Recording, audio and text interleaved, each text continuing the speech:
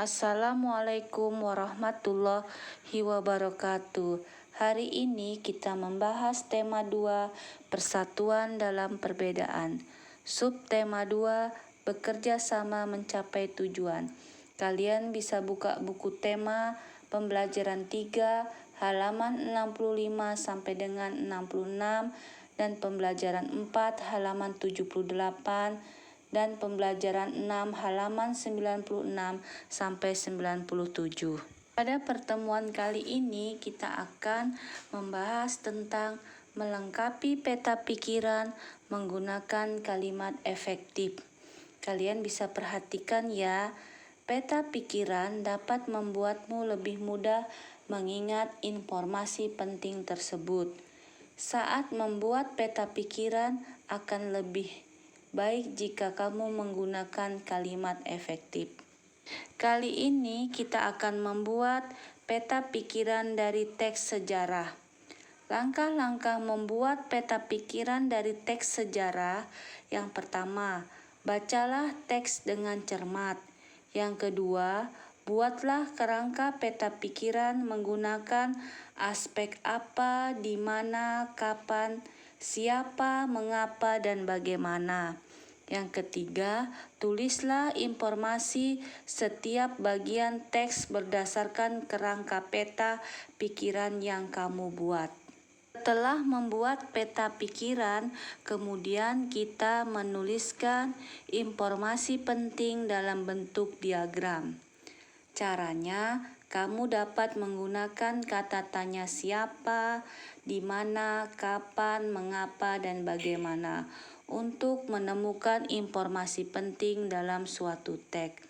Setelah itu, kamu dapat menyajikan dalam bentuk diagram agar lebih mudah diingat.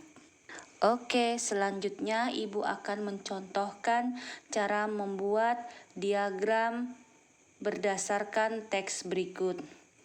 Teksnya adalah peristiwa Bandung Lautan Api. Pada awal kemerdekaan Indonesia ada banyak peristiwa penting yang terjadi. Salah satunya adalah peristiwa Bandung Lautan Api. Tahukah kamu mengapa peristiwa tersebut dinamai Bandung Lautan Api?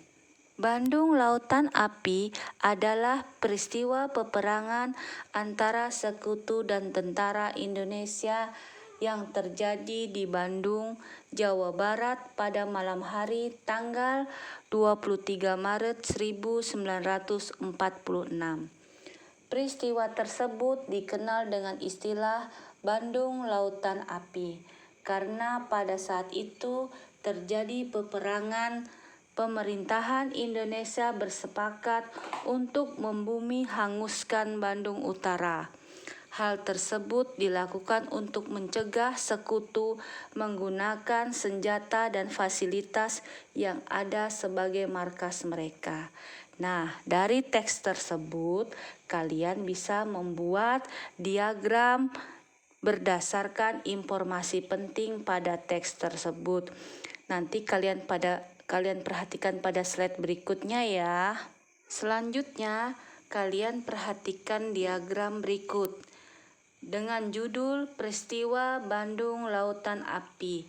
Nah, informasi tersebut kita menggunakan kata tanya, siapa, di mana, bagaimana, kapan, apa, dan mengapa. Perhatikan contoh masing-masing ya. Yang pertama, siapa yang terlibat dalam peristiwa penting tersebut. Kemudian kata tanya di mana. Di mana peristiwa penting tersebut terjadi. Kata tanya bagaimana. Bagaimana peristiwa penting tersebut dapat terjadi. Kemudian informasi penting dapat menggunakan kata tanya kapan. Kapan peristiwa penting tersebut terjadi. Selanjutnya, peristiwa apa yang terjadi dalam teks. Kemudian kata tanya menggunakan mengapa. Mengapa peristiwa tersebut dinamakan Bandung Lautan Api? Nah, kalian bisa lihat contohnya ya. Contohnya diagram seperti ini menggunakan kata-kata tanya. Terakhir, kalian bisa kerjakan tugas ini.